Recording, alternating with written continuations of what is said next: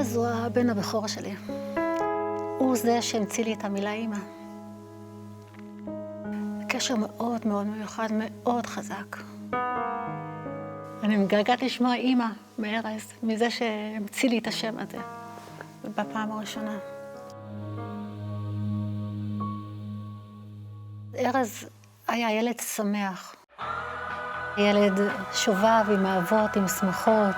האהבה השנייה שלו זה הים. ארז מגיל 8 גולש בים. בתיכון גם לפעמים על חשבון הלימודים בודקים באינטרנט, יש רוח טובה, יאללה, לים. בילה המון בים, המון. הרבה מהשלווה שלו בא מהמקום הזה של הטבע, של השקט. הוא אהב את החיים, הוא אהב לחיות, הוא צחק והוא נהנה מכל רגע בחיים. תמיד חיוך ולא משנה מה, ארז מחייך, ארז שמח. ארז התחיל לגדל שיער בגיל 12 בערך. שיער מאוד ארוך, בלונדיני כזה, ושיער של הגולשים.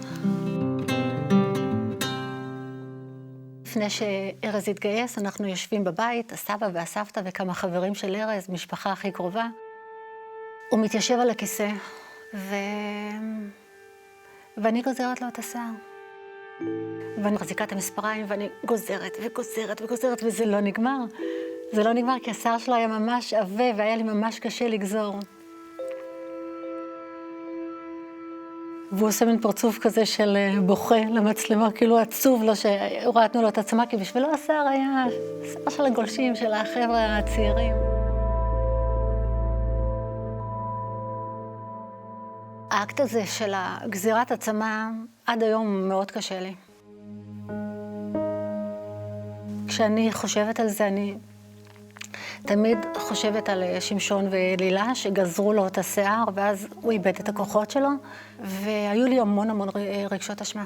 לקחתי אחריות על מה שקרה, גם בגלל שאני גזרתי לו את השיער.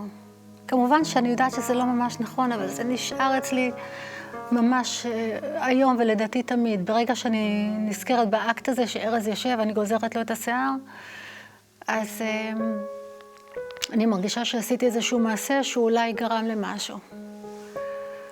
אבל אני יודעת שזה לא נכון. בשבילי הכאב והגאווה הם כרוכים יחדיו. זה הכאב על האובדן והגאווה. לא רק ארז הבן שלי, ארז הבן אדם לפני הכל. כי הוא באמת ידע להיות כזה. הוא ידע להיות בן אדם לפני הכל. וכזה כולם אהבו אותו.